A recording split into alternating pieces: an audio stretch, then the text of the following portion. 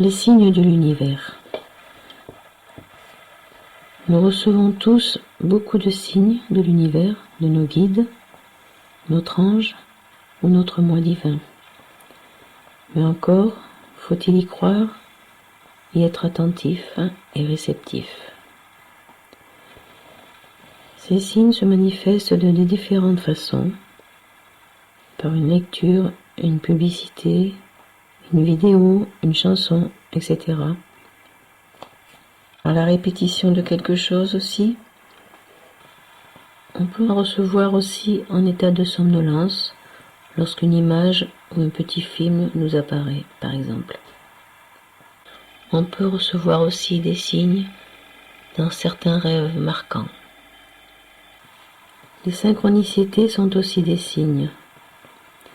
Vous pensez à quelque chose, à une préoccupation, et vous avez une réponse sur un panneau publicitaire ou tout autre support.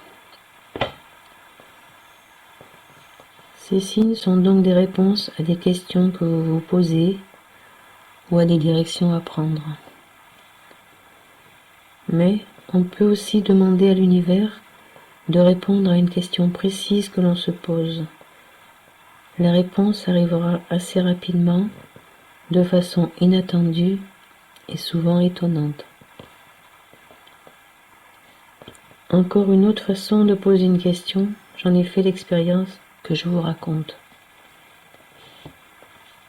J'ai demandé à mon ange gardien de me montrer un oiseau que j'avais peu de chance d'apercevoir, bien que j'aille dans la nature pratiquement tous les jours. J'ai choisi cet oiseau pour être sûr que la réponse soit la bonne. J'ai dit à mon ange, si ma mission d'âme est liée aux oiseaux, montre-moi celui-ci, celui que j'avais choisi. Le lendemain, j'ai vu cet oiseau non pas dans la nature, mais sur une vidéo qu'une personne abonnée à ma chaîne a publiée.